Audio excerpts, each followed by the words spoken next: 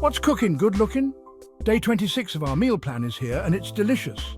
For breakfast, we're keeping it fresh with a vibrant fruit salad. Dice up 1 apple, 1/2 cup of berries and 1/2 a banana. Mix it all with 1/2 cup of dairy-free yogurt and finish with a sprinkle of cinnamon or chia seeds.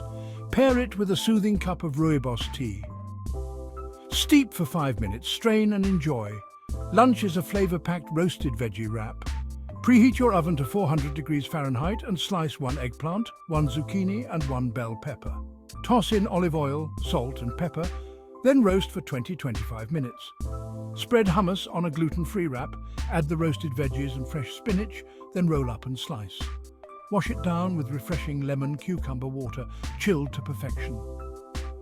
Dinner time, slice a sweet potato into fries and air fry at 190 Celsius or 375 degrees Fahrenheit for 15-20 minutes. Heat your favorite veggie patty and assemble in a gluten-free bun with lettuce, tomato and dairy-free cheese. Serve with those crispy sweet potato fries and a cup of peppermint tea. Steep, strain and sip. And there you have it, folks.